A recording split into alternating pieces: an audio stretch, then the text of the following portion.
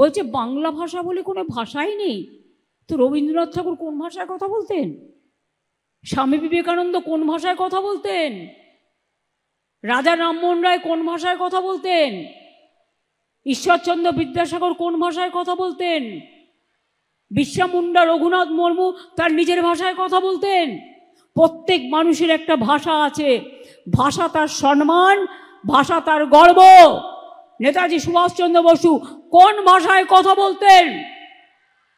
আর বলছে বাংলা বলে কোনো ভাষাই নেই। অপদার্থগুলো, এদের কি বলবো বলুন?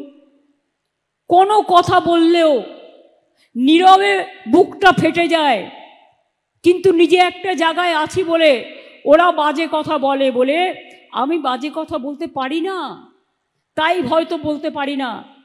এর জন্য আমরা দুঃখিত, আমরা মর্মাহত, আমরা শোকাহত, আমরা স্তম্ভিত।